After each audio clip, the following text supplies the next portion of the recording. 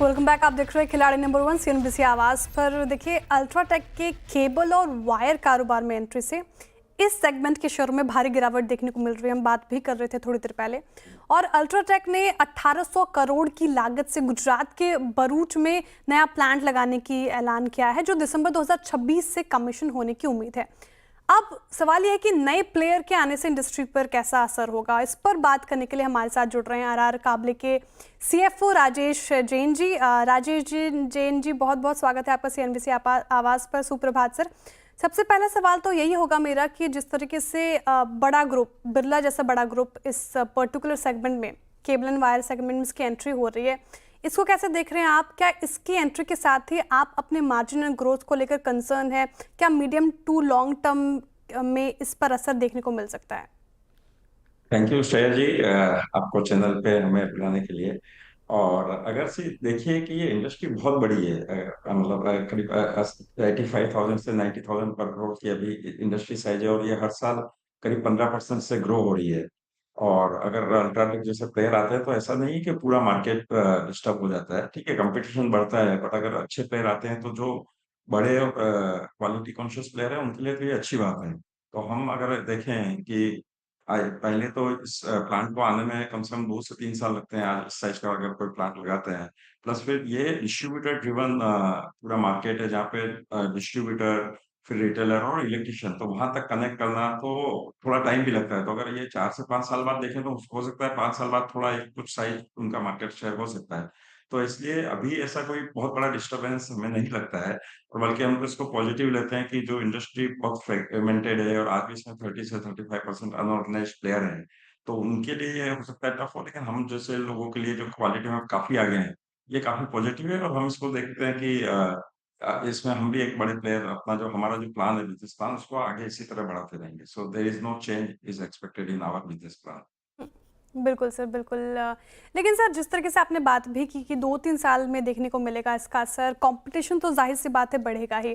तो क्या, क्योंकि अब घर में कंपटीशन बढ़ गया है, तो आप अपना आपका ज़्यादा फोकस अब एक्सपोर्ट पे रहेगा? ऐसे कुछ रणनीति लेके चल रहे हैं फिलहाल? नहीं, एक्सपोर्ट तो हमारा वैसे भी बहुत स्ट्रांग है। अगर आप देखिए कि हम आज की तारीख में सबसे बड़े एक्सपोर्टर हैं वायर एंड केबल में, और हमारा ऑलमोस्ट 28 से 30% रेवेन्यू एक्सपोर्ट से आता है, which is like making us very big exporter. We are हम करीब 90 कंट्रीज में हम एक्सपोर्ट कर रहे हैं। तो इसलिए वो तो हमारा फोकस पहले भी था और आगे भी रहेगा। But at the same time India का मार्केट भी अपने आप में इतना बड़ा है, और अपने हमारे खुद की क्वालिटी का लेके जो हमने प्लेस बनाया है वो इंटेक्ट रहेगा, और बल्कि इससे हमें ग्रोथ करने को आगे काफी चांस मिलेंगे। लेकिन सर, मुझे सवाल ये भी है मेरा कि आपके केबल बिजनेस से कितने सेल होते हैं, वायर बिजनेस से कितने सेल होते हैं? इसको थोड़ा समझाइए हमें।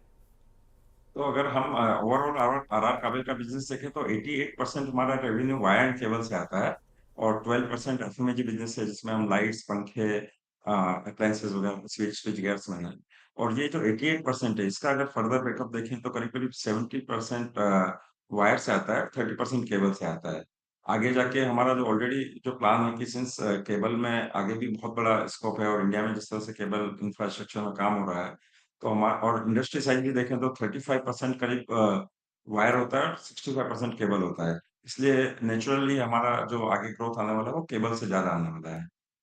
और केबल इसमें से एक्सपोर्ट्स में भी काफी अपॉर्चुनिटीज अभी हम देख रहे हैं, काफी डिमांड एक्सपोर्ट में भी है और डोमेस्टिक में भी है, इसलिए केबल पे ज्यादा फोकस है अभी। तो फिलहाल आपका थोड़ा सा रुझान ज़्यादा केबल की तरफ है। डोमेस्टिक इन्वायरमेंट में भी इसका डिमांड है, साथ ही एक्सपोर्ट के लिहाज से भी इसमें ज़्यादा डिमांड देखने को मिल रही है। लेकिन सर, आगे की स्ट्रैटेजी क्या है आपकी डिस्ट्रीब्यूशन नेटवर्क को लेकर, डीलरशिप को लेकर? जी, इसमें ऑल इंडिया में हमारा नेटवर्क है, लेकिन अगर वैसे ज्योग्राफी के हिसाब से देखें तो हम नॉर्थ और वेस्ट पार्ट ऑफ इंडिया में काफी स्ट्रांग है, लेकिन एट द सेम टाइम हमारे पास साउथ और ईस्ट इंडिया में भी काफी अपॉर्चुनिटीज है। तो हमने डीलर नेटवर्क ऑलरेडी एक एस्टेब्लिश कर लिया है। और एक अच्छी बात है कि इसमें जो इलेक्ट्रिशियंस का एक बहुत बड़ा योगदान होता है, because they are the biggest influencer in wire business. तो वहां पे आज की तारीख में हमारे पास 4.5 लाख से भी ज्यादा रजिस्टर्ड इलेक्ट्रिशियन है, जो हमारा लॉयल्टी मैनेजमेंट प्रोग्राम है, which is the largest network in this industry.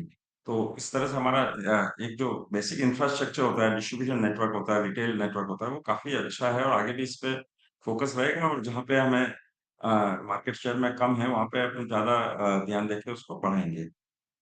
Hmm.